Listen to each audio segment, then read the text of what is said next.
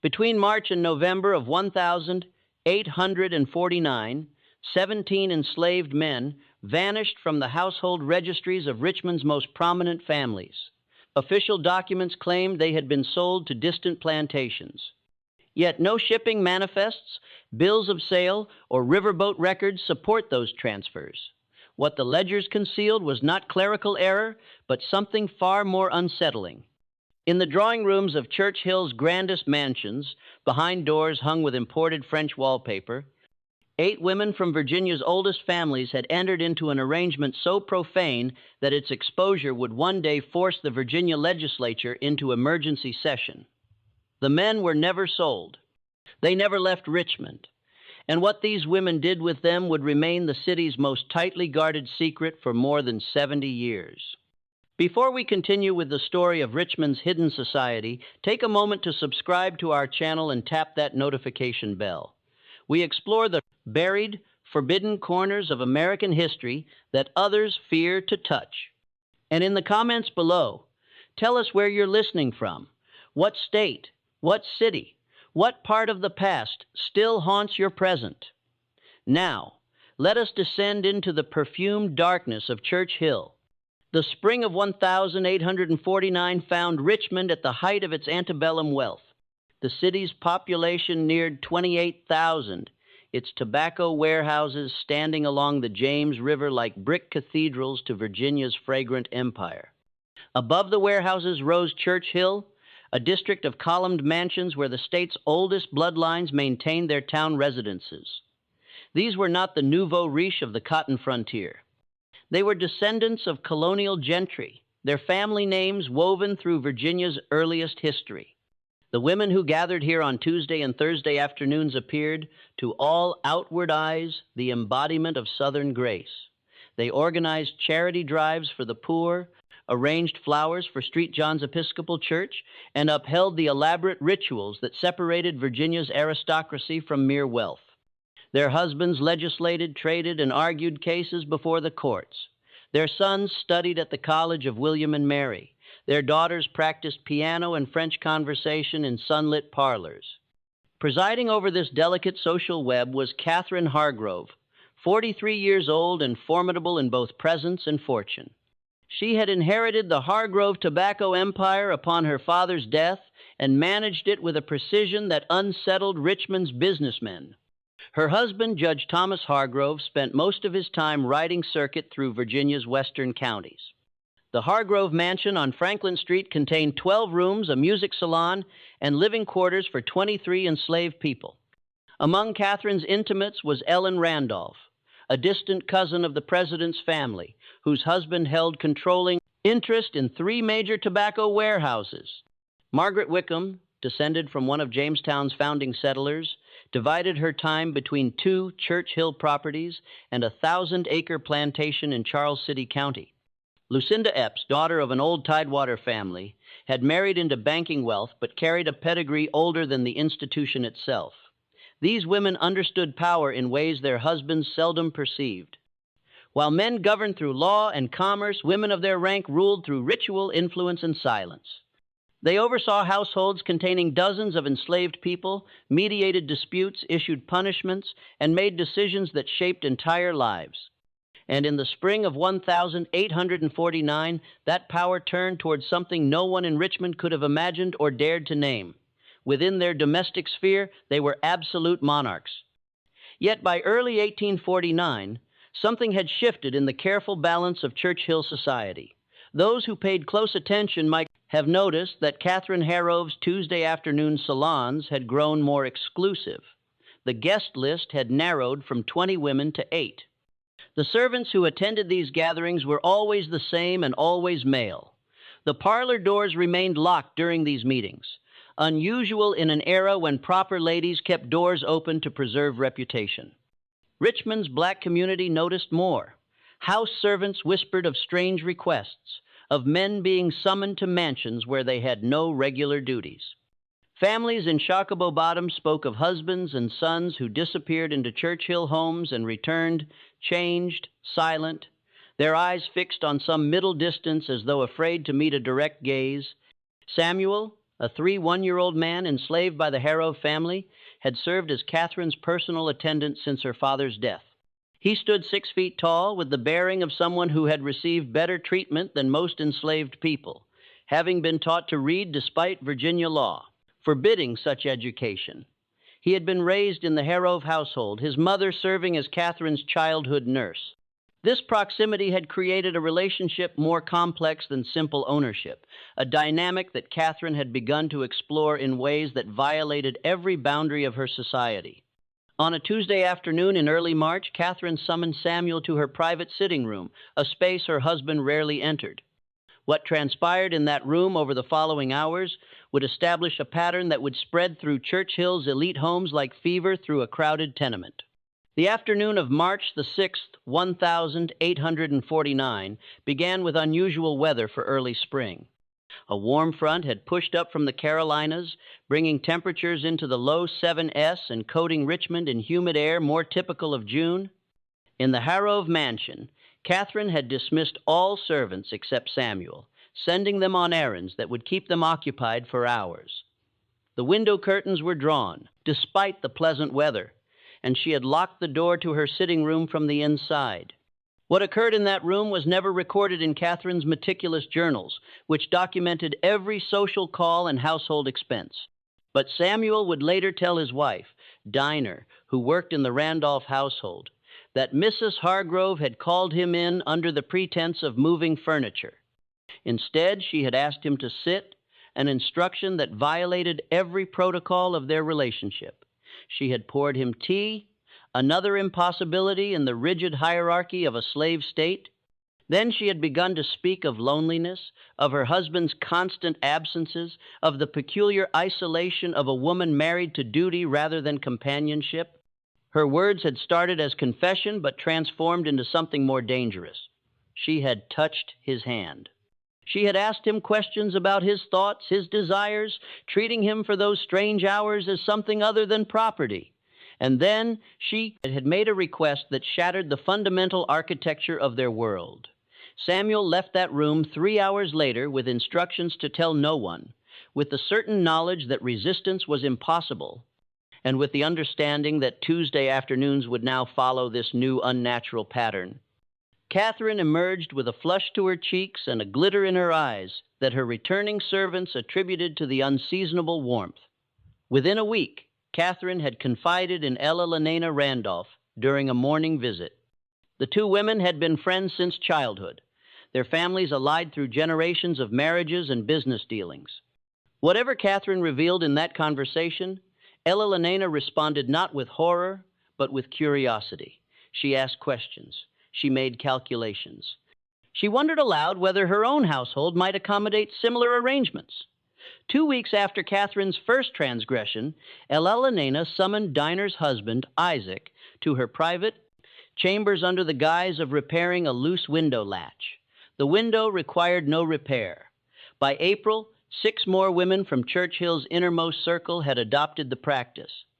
The women began meeting regularly, ostensibly for their charity work with the Richmond Female Orphan Asylum, but their conversations had taken on a different character.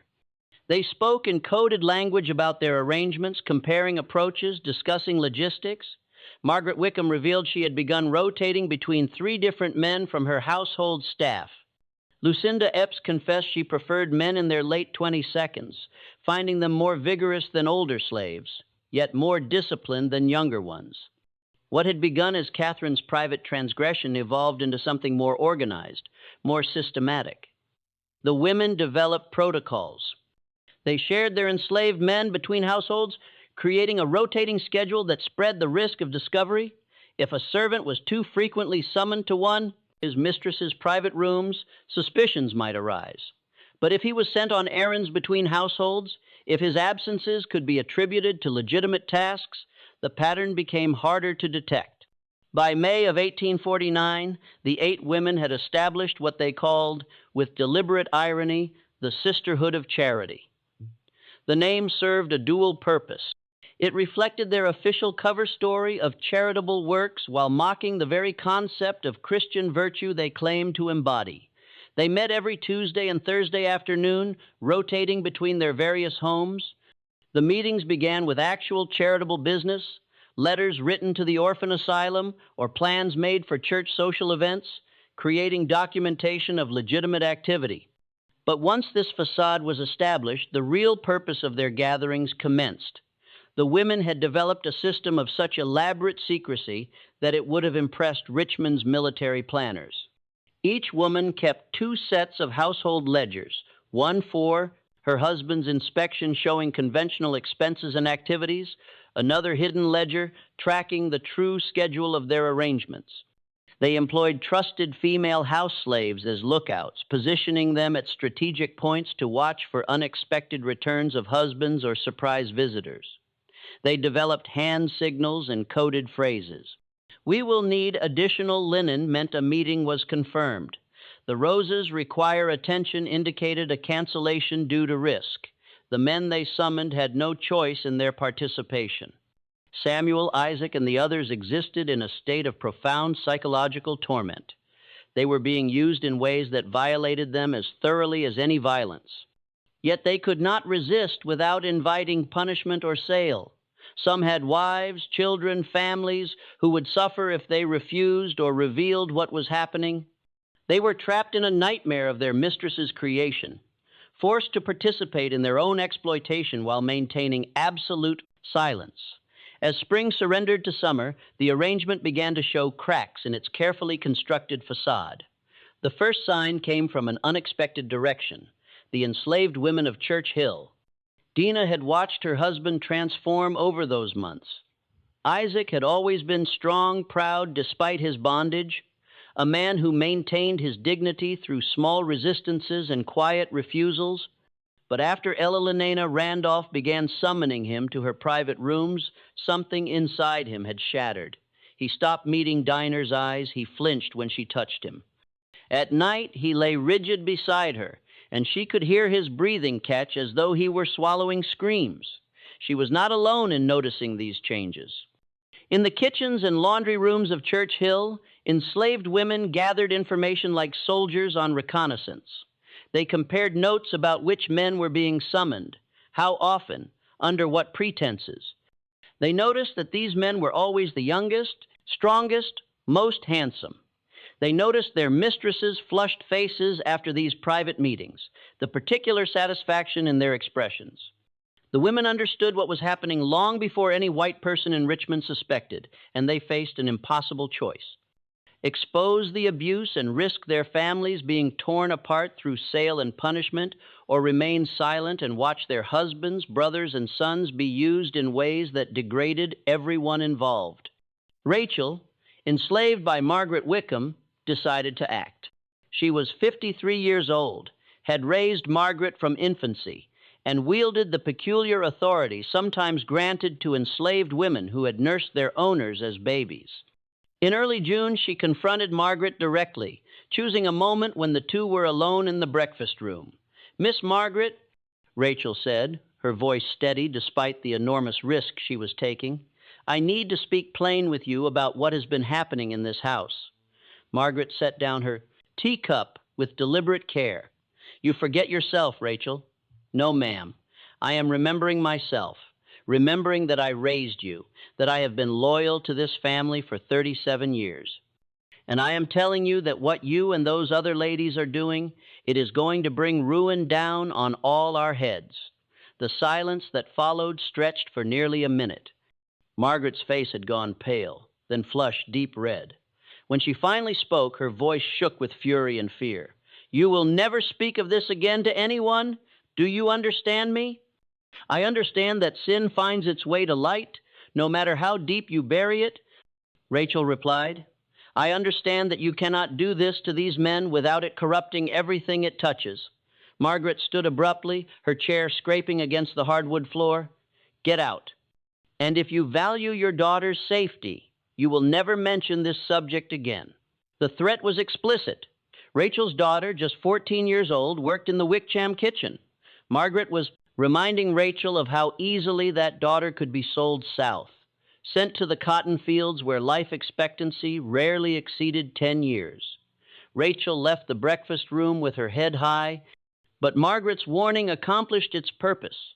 Rachel would not speak of it again, at least not to anyone white, but she did speak to the other women, and together they began to strategize. If they could not stop the abuse directly, perhaps they could create enough disruption to make it too dangerous to continue. Small acts of sabotage began to plague the 8 households.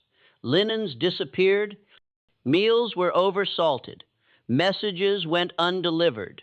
Nothing so dramatic as to warrant severe punishment, but enough to create friction to make the smooth operation of these households less reliable. The sisterhood noticed but misinterpreted these disruptions. They believed their enslaved workers were simply becoming lazy, growing too comfortable in their positions. This interpretation led them to increased discipline, which only deepened the resentment and expanded the careful campaign of resistance. By July, a different threat had emerged from an unexpected direction. Thomas Hargrove, Catherine's husband, had returned early from his circuit court travels due to a case being postponed. He arrived home on a Tuesday afternoon, precisely when Catherine's salon was in session. The front door was locked from inside, highly unusual for a social gathering. He could hear women's voices in the parlor, but also something else, sounds that did not align with charitable committee work. Thomas entered through the kitchen entrance, startling the servants, who had been given strict instructions to admit no one during these meetings. Before they could warn their mistress, he had walked through the house and reached the parlor door. It was locked. From inside came the murmur of female conversation, punctuated by something else, a deeper voice, definitely male. "Catherine," he called, knocking firmly, "open this door." The conversation stopped abruptly. There followed perhaps 30 seconds of silence, then footsteps, the sound of the key turning. Catherine opened the door with her face composed in perfect calm. Though Thomas noticed a slight disarray to her hair and a brightness to her eyes that suggested agitation. "Thomas, you are home early. How unexpected." Her tone was light, but he caught the edge of anxiety beneath it.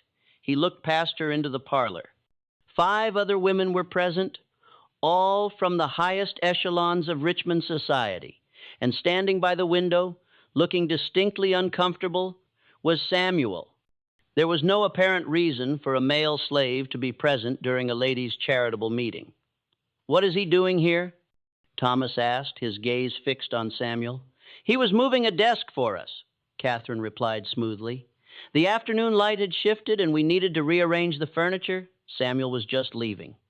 It was a plausible explanation, yet something about the scene troubled Thomas. The women's faces showed not the relaxed comfort of social visiting, but a tension he could not quite identify. Samuel's expression was carefully blank, but his posture suggested shame rather than the neutral demeanor expected from a servant completing a simple task. Thomas let it pass with a nod, but over the following days he found himself watching his wife more carefully. He noticed patterns he had previously overlooked. The locked doors, the specific servants present during her salons, her insistence on absolute privacy during these gatherings. He said nothing, but his attention had been awakened, and once awakened it would prove difficult to deceive. The summer heat had descended on Richmond with oppressive weight by late July, turning the city into a slow cooking pot of humidity and tension. The 8 women of the sisterhood grew bolder, even as warning signs multiplied around them. Perhaps it was the intoxication of transgression, the addictive quality of violating every rule that had governed their lives since birth. Perhaps it was simply that they had gone too long without consequences and had begun to believe themselves untouchable.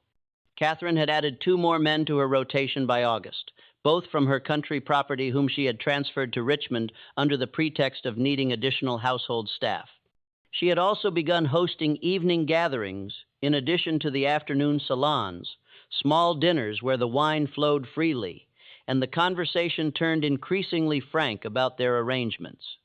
The women had begun to treat their systematic exploitation as an open secret among themselves, discussing it with the casual matter-of-factness that other ladies might use when talking about new dress patterns or the quality of their gardens.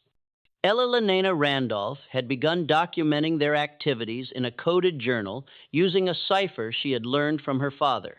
Each man was assigned a number, each woman a letter. Encounters were recorded with dates and brief notes about satisfaction level. She kept this journal in a locked drawer of her writing desk, convinced that the code made its contents impenetrable to anyone who might discover it. What Eleanor did not know was that Isaac, the man she summoned most frequently, could read.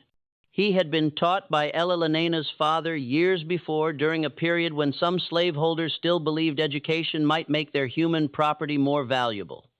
Isaac had seen Ella Lenena working in her journal, had noticed where she kept the key. Late one night in August, while Ella Lenena and her husband slept, Isaac had carefully picked the desk lock using a wire from a broken corset stay. He could not immediately break the cipher, but he carefully copied several pages onto paper he had stolen from the kitchen accounts ledger. He hid these copies in the cellar, wrapped in oilcloth and buried beneath a loose stone. He was not certain what he would do with this evidence, but he understood instinctively that documentation was power, even for someone who had no legal standing to possess power. Isaac shared his discovery with Samuel, and together they began to conceive of something unprecedented, a way to expose their mistresses that might not result in their own destruction. They needed an ally, someone white who possessed both the authority to act and the moral courage to do so. They found him in an unexpected place. Reverend William Thompson had served at St. John's Episcopal Church for 11 years. At 62, he was respected but not beloved, known for sermons that emphasized duty and judgment rather than comfort and grace. He was also unusually vocal in his belief that slavery, while perhaps necessary, was not inherently virtuous and carried moral responsibilities that most slaveholders shirked. This position had not made him popular with Church Hill's elite, but his social standing and education protected him from direct criticism. Samuel's mother, Celia, worked in the church as a cleaner. She had known Reverend Thompson since his arrival in Richmond and had occasionally spoken with him about matters of faith and morality. In late August, Samuel asked his mother to arrange a private meeting with the Reverend, claiming he needed spiritual counsel regarding a matter of conscience. The meeting took place in the church's small library on an evening when no services were scheduled. Samuel had never been so frightened in his life. He was about to accuse some of Richmond's most powerful women of profound moral transgression. If Thompson did not believe him, or worse, if Thompson believed him but chose to protect the women rather than pursue justice, Samuel would likely be sold south before the week ended. But Samuel had judged his man correctly. As he described what was happening, choosing his words carefully to convey the abuse without explicit detail. He watched Thompson's face transform from skepticism to horror to cold fury.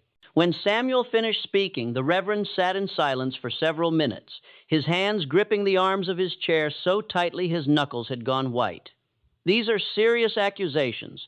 Thompson finally said, "I am aware. But there is documentation, sir, written evidence kept by Mrs. Randolph, and there are witnesses if they could be convinced to speak. Every enslaved person in those 8 households knows what has been happening." Thompson stood and paced to the window, looking out at Church Hill's mansions silhouetted against the evening sky. "Do you understand what you're asking me to do? To accuse these women would be to shake Richmond society to its foundations. I would be challenging some of the most powerful families in Virginia." "I understand, sir. I also understand that what they are doing is evil, and that evil thrives when good men choose comfort over truth." The Reverend turned back to face Samuel, and in his eyes was the glint of something fierce and uncompromising.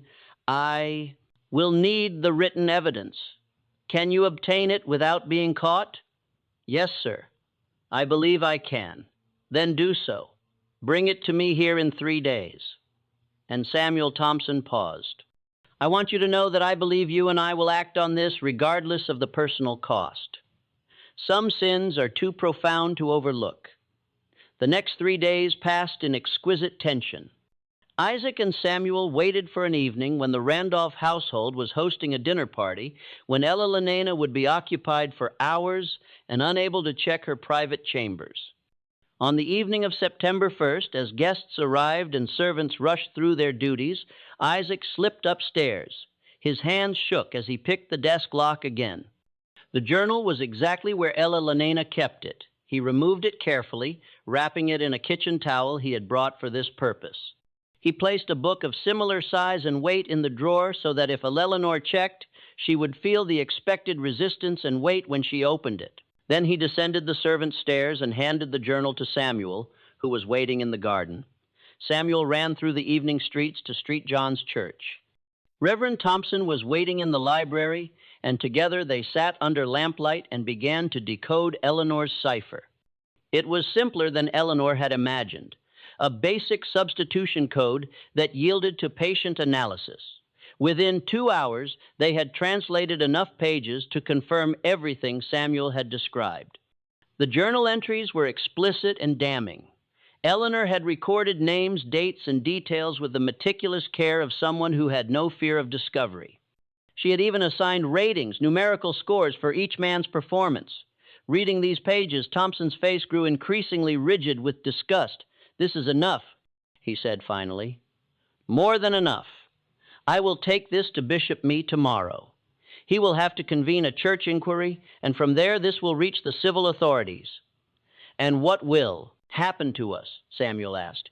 "To the men who were used this way?" Thompson looked at him with genuine sorrow. "I do not know. I wish I could promise you protection, but the truth is that Virginia law sees you as property, not victims. The women will face social ruin and possibly criminal charges, but you will face the consequences of your master's choices. It is profoundly unjust, but it is the world we live in. We know the risk, sir, but this has to end, not just for us, but for anyone else who might suffer this way in the future." Thompson nodded slowly. "Return the journal to where you found it. Let them have no warning of what is coming. Can you do that without being caught?" "I can try, sir." Samuel ran back to the house where the dinner party was still in progress. He returned the journal to Isaac, who had been waiting in growing panic. Isaac ascended the stairs again, replaced the journal in the desk, and relocked the drawer. The whole theft had lasted less than 3 hours, and as far as anyone in the household knew, nothing unusual had occurred. But the next morning, Reverend Thompson traveled to the home of Bishop William Meade, the Episcopal Bishop of Virginia, and one of the most influential religious figures in the state. Thompson brought with him detailed notes from Ella Lena's journal, including specific dates, names, and descriptions that could not be dismissed as slander or confusion. Bishop Meade had served as bishop for 18 years. He was 73 years old, stern in manner, and deeply conservative in his social views. He believed slavery was ordained by God as a means of bringing Christian civilization to an inferior race, a view shared by most white Virginians of his class.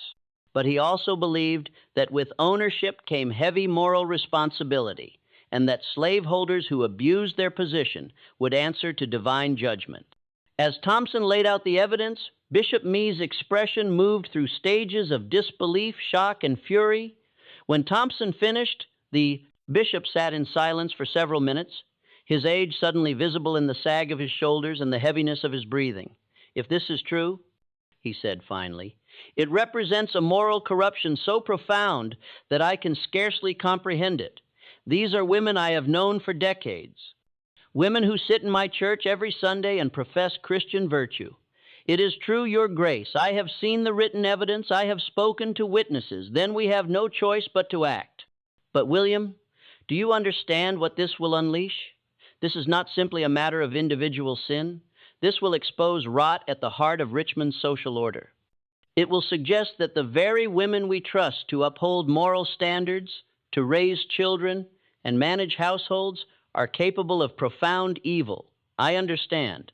But the alternative is to allow this to continue, to become complicit through our silence."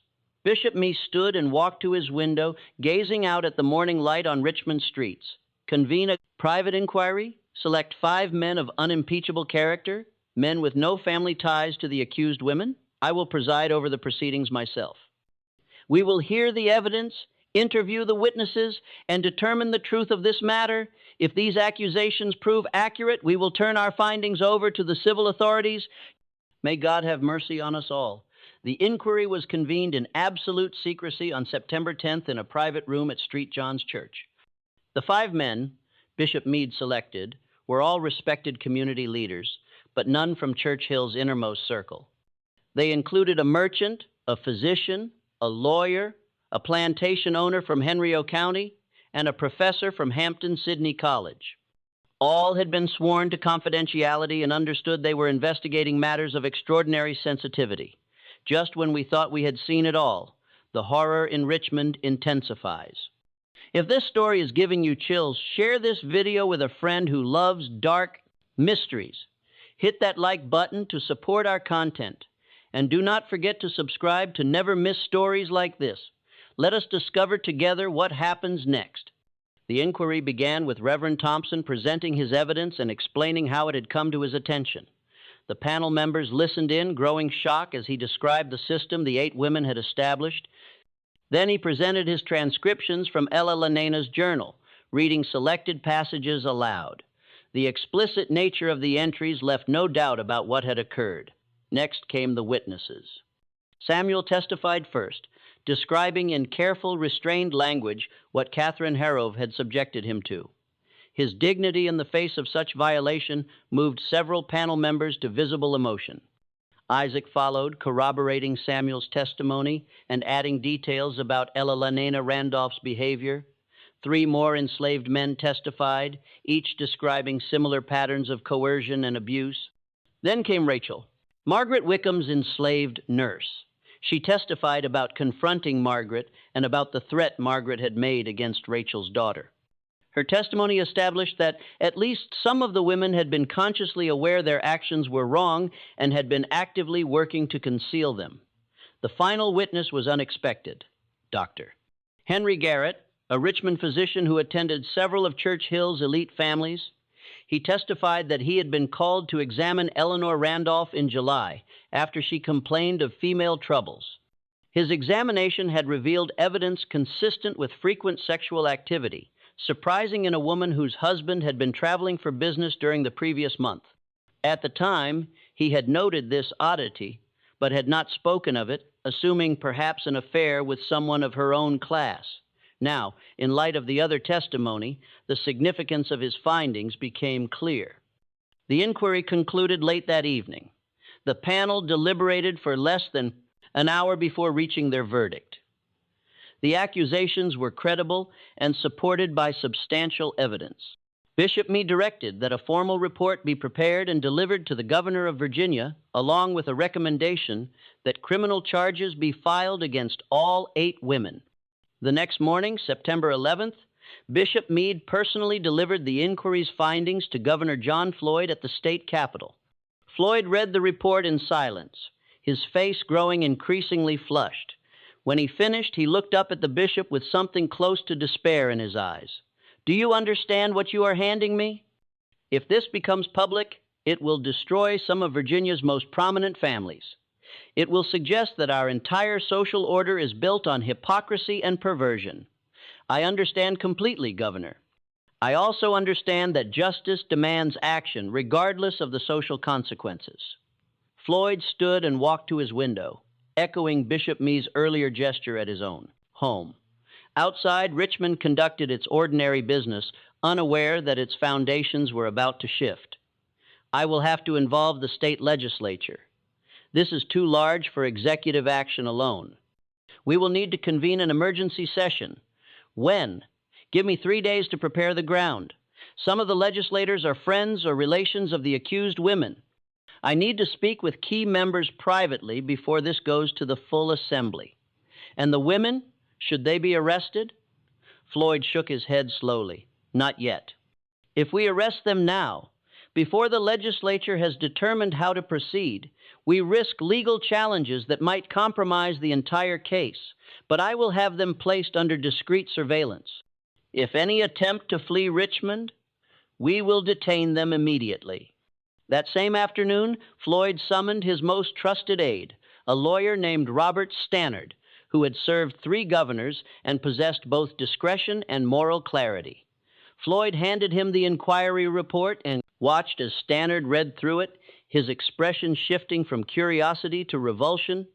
"Dear God," Stannard whispered when he finished, "how long has this been occurring?" Since March, as far as we can determine, possibly longer in some cases. I need you to conduct preliminary legal research. What charges can we bring under Virginia law? What precedents exist? And most importantly, how do we proceed without creating a public spectacle that damages Virginia's reputation throughout the nation? Stannard spent the next 2 days in the state law library, poring over statutes and case records. What he discovered was both encouraging and problematic. Virginia law clearly prohibited adultery and fornication with penalties that included public whipping and fines. Several 18th century cases had resulted in convictions of white women for sexual relations with enslaved men, though these typically involved poor women without social standing. But nowhere in Virginia's legal history could Stannard find a case remotely similar to this one. Wealthy, socially prominent women systematically exploiting multiple enslaved men over an extended period. The closest parallel was a 1,762 case from Williamsburg involving a tavern keeper's wife. But that woman had been quickly convicted and whipped in the public square. Applying the same punishment to women from Virginia's oldest families seemed both legally appropriate and politically impossible. Stannard reported his findings to Floyd on the evening of September 13th. The law is clear on the criminality of their actions, he explained. But enforcing that law in this case presents extraordinary challenges. These women have powerful family connections throughout Virginia. Several legislators are their cousins or brothers-in-law.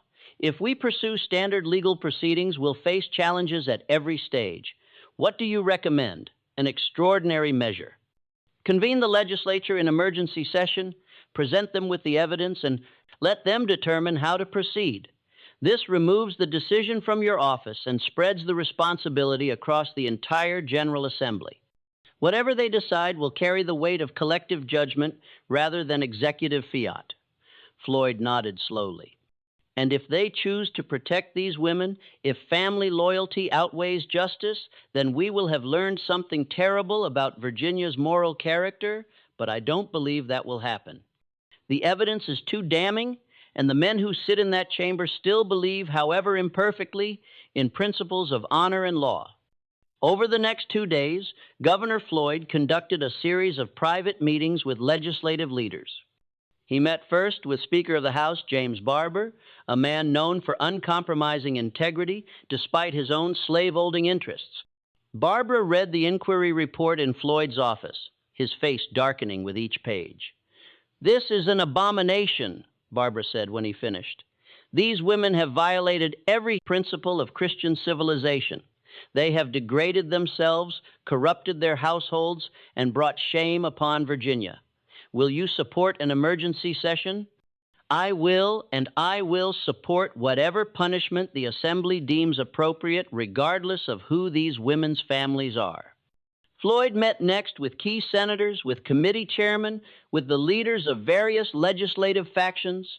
The response was universally shocked, though some expressed more concern about scandal than about justice. Senator William Rives, whose wife was distantly related to Ella Lenana Randolph, argued vehemently for handling the matter quietly, perhaps through civil proceedings that would avoid public exposure. "If this becomes known," Rives insisted, "it will provide ammunition for every abolitionist newspaper in the North. They will use this to argue that slavery corrupts everyone it touches, that Southern society is morally bankrupt. We must consider Virginia's reputation." Floyd's response was sharp. "Virginia's reputation is not built on concealing evil, Senator. It is built on addressing evil when we discover it. Would you have us protect these women simply because their exposure might prove inconvenient?" By the evening of September 13th, Floyd had secured enough support to convene the emergency session. He drafted the official summons, citing matters of urgent moral and legal concern requiring immediate legislative attention. The session would convene the following morning at 9, and attendance was mandatory for all members of both houses. Meanwhile, in Church Hill, the 8 women had begun to sense that something was terribly wrong. Catherine Hargrove noticed strange men watching her house. Men who made no effort to approach, but who seemed to be documenting everyone who entered or left. When she sent Samuel to inquire at the market about household supplies, he returned with news that similar men were positioned near the other women's homes. Catherine immediately called an emergency meeting of the sisterhood, sending coded messages through her most trusted servants. The women gathered at Margaret Wickham's house that evening, their usual confidence replaced by nervous energy. "We're being watched," Catherine announced without preamble. "All of us. Someone knows." Ella Lenina Randolph went pale. "That's impossible. We've been so careful." "No one outside our group knows about our arrangement. Someone knows. The question is who and what they plan to do with that knowledge." Lucinda Epps stood abruptly, her hands trembling. "We should leave Richmond tonight before whatever is coming actually arrives." "And go where?" Margaret demanded. "If we flee, we confirm guilt. We must stay and present a united front. Whatever accusations are made, we deny them absolutely. It's our word against the word of slaves, and Virginia law is clear about whose testimony matters." Catherine was not so sure. Virginia law is also clear about adultery. If someone has actual evidence, not just testimony, our social standing may not protect us. "What evidence could they possibly have?" Ella Lenina asked. "We've left no written records, no documentation of any kind." Even as she said it, she felt a cold sensation in her stomach, a sudden doubt about the security of her coded journal. The women debated through the evening, but they reached no consensus. Some wanted to flee, others to stay and fight, still others to seek help from their powerful family connections. They parted near midnight with a plan to reconvene the following day, unaware that by then their fates would already be sealed. On September 14th, the emergency legislative session convened behind closed doors. Only members of the General Assembly were permitted to attend. No press or public observers. Governor Floyd took his position at the front of the chamber and waited for silence. When he finally spoke, his voice carried the weight of profound regret. "Gentlemen, I have called you here today to address a matter of such grave moral import that I can scarcely find words adequate to its description. What I am about to present will shock you. It will offend your sensibilities and challenge your understanding of the society we have built here in Virginia. But I ask you to listen with open minds and to remember that justice, however painful, must be our guiding principle."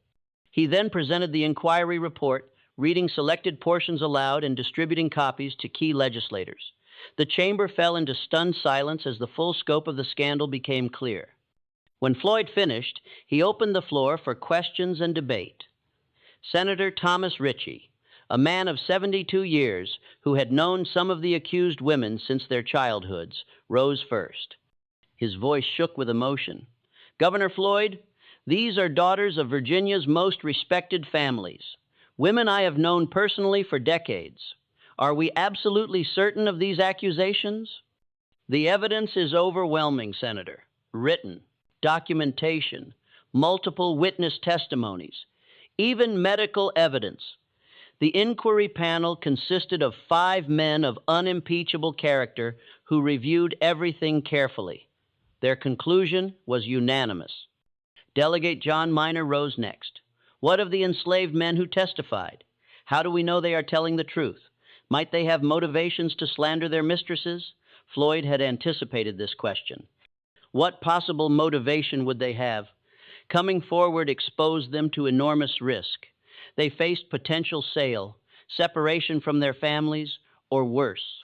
They gained nothing from this testimony except the possibility that the abuse might end. The debate continued for hours, growing increasingly heated.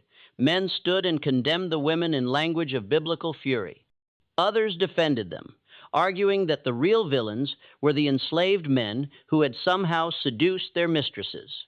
Several legislators with direct family connections to the accused women recused themselves from the proceedings, their faces gray with shame and fury. Delegate Samuel McDowell delivered perhaps the most powerful speech of the session. He was a younger man, only 34, known for his legal acumen and moral seriousness. He rose near the middle of the debate and spoke without notes, his voice clear and firm. "Gentlemen, I understand the impulse to protect these women. They are our neighbors, our family members, women we have been raised to view as paragons of virtue. But that is precisely why this matter is so serious. These women did not simply commit adultery. They systematically exploited human beings over whom they held absolute power. They used the institution of slavery itself as a mechanism for their own gratification, violating both the laws of God and the laws of Virginia. Some here have suggested that the enslaved men somehow seduced these women. I would ask those colleagues to consider the nature of power in these relationships. How does a man who can be whipped or sold for disobedience seduce the woman who holds his fate in her hands? This was not seduction. This was coercion, pure and simple, and the women wielded that coercion. We are often told that slavery is a civilizing institution, that it brings Christianity and order to an inferior race. How can we maintain that argument while simultaneously arguing that enslaved men corrupted their pure white mistresses?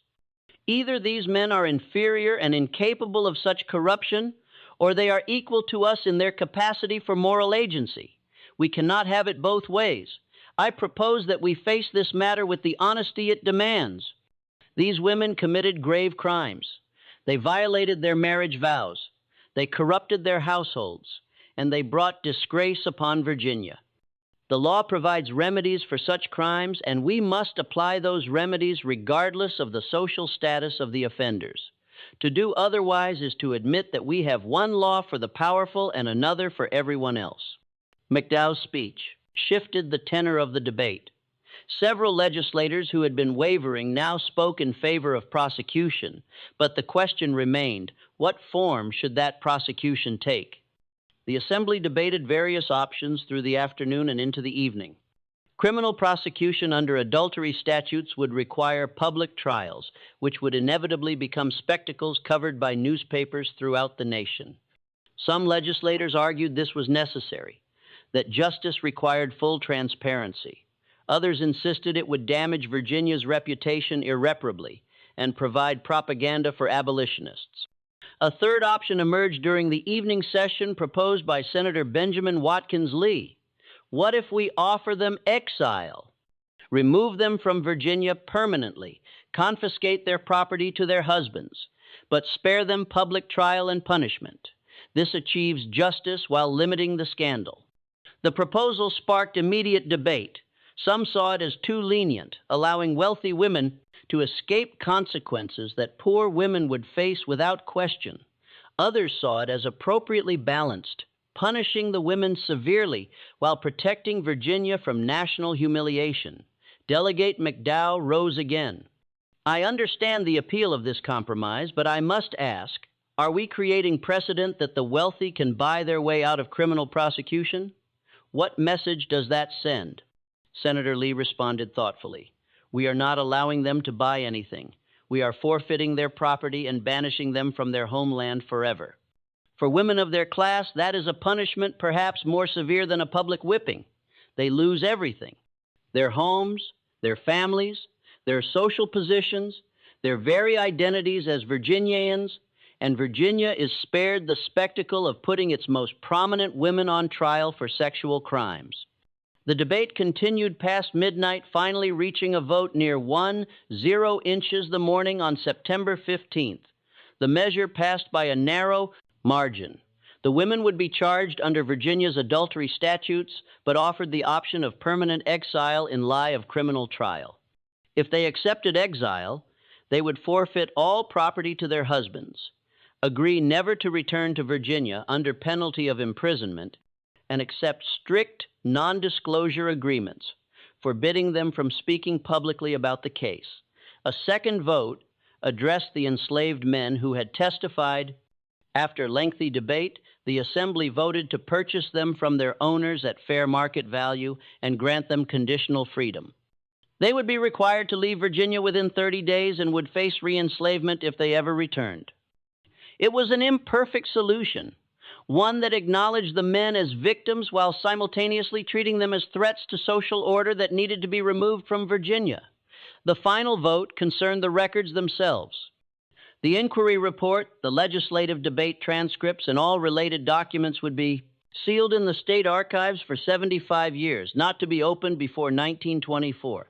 This provision passed with overwhelming support, as even legislators who had pushed for harsher punishment recognized the value of limiting public knowledge of the scandal. On September 15th, before dawn, officials arrived at the 8 homes to inform the women of the charges against them and the terms of their exile. State deputies, accompanied by lawyers and witnessed by notaries, delivered formal documents detailing their options: accept immediate exile and property forfeit, or face criminal prosecution in open court. Catherine Harrove received her notice at 5:30 inches the morning. She read it carefully, her face betraying no emotion, while Thomas stood nearby with his own lawyer. When she finished, she looked up at her husband of 19 years. "You knew," she said. "It was not a question. I suspected. I chose not to see clearly until I could no longer avoid it. Will you divorce me? I have already filed the papers. They will be finalized within the month." Catherine nodded slowly. "I suppose I should feel shame. I find I do not. I feel only anger that I lived in a cage so long without recognizing it for what it was." "You violated everything we claim to hold sacred," Thomas replied, his voice tight with controlled fury. "You took men who had no choice, no power to refuse you, and you used them for your own gratification. Do not dress that up as some kind of rebellion against injustice. And yet you see no injustice in the system that gave me absolute power over them in the first place. You see no problem with a society that treats human beings as property, but then expresses shock when that property is used in ways you find distasteful." Thomas had no answer for that. He turned and left the room, and Catherine began the process of packing her belongings. She had 24 hours to prepare for permanent exile from the only home she had ever known. Ella Lenana Randolph's response was far more dramatic. When the officials arrived at her home, she collapsed completely, sobbing uncontrollably and claiming that she had been led astray by Catherine's evil influence. Her husband remarkably stood by her side throughout her breakdown, his face set in an expression of grim determination. "She is my wife," he told the officials. "Whatever she has done, she is still my wife. If she must leave Virginia, I will go with her. Our marriage vows did not include exceptions for scandal or disgrace." The officials seemed unsure how to respond to this unexpected loyalty. They explained that he was under no legal obligation to accompany her, that he could divorce her and retain all property and social standing. But he shook his head firmly. "I made promises before God. I will keep them." Margaret Wickham became furiously indignant, insisting that, as a white woman of impeccable lineage, she could not possibly be guilty of such charges. "This is a conspiracy by Northern abolitionists," she declared to the bemused officials. "They have coerced our slaves into giving false testimony to damage Virginia's reputation. I will not dignify these accusations by accepting their terms. Then you will face trial, Mrs. Wickham," the lead official replied calmly. "The evidence against you is substantial. I would strongly advise accepting exile." Margaret's defiance lasted approximately 2 hours until her family lawyer arrived and explained in stark terms what a public trial would entail. The testimony would be explicit and damning. Her family name would be dragged through every newspaper in America. Her children and grandchildren would bear the stain of her scandal. By noon, she had signed the documents accepting exile. Lucinda Epps simply went silent, retreating into a catatonic state from which her family could not rouse her. A physician was called who diagnosed a complete nervous collapse.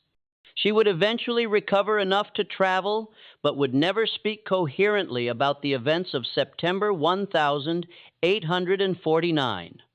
Her husband divorced her quietly, and she was sent to live with distant relatives in Pennsylvania, who agreed to take her on condition that she never be left alone with male servants. Over the following week, the 8 women departed Richmond at various times and by various routes. Catherine Harrove left first on the evening of September 16th. She traveled by hired carriage to Norfolk, where she boarded a steamship to New Orleans. She carried 2 trunks of clothing, a small box of jewelry that was legally her own rather than her husband's, and $300 in cash. Everything else she had owned now belonged to Thomas. As her carriage rolled through Richmond's darkened streets, she looked back once at the city of her birth. Churchill's mansions were silhouetted against the night sky, their windows lit with lamplight, families gathering for evening meals in rooms where she would never be welcome again. She felt no tears, no regret, only a cold clarity about what her life had been and what it might become. Ella Randolph and her loyal husband departed 3 days later, traveling north to Philadelphia.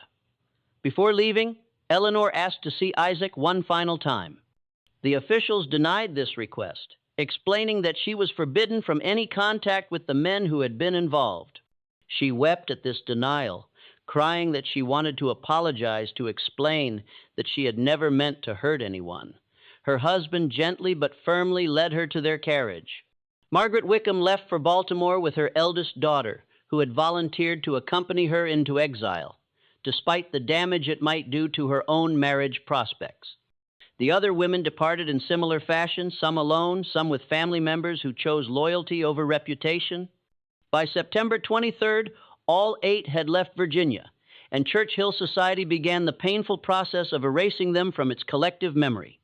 Meanwhile, Samuel, Isaac, and the other men who had testified received their papers of conditional freedom on September 20th. The document was brief, printed on official state stationery, and signed by Governor Floyd himself.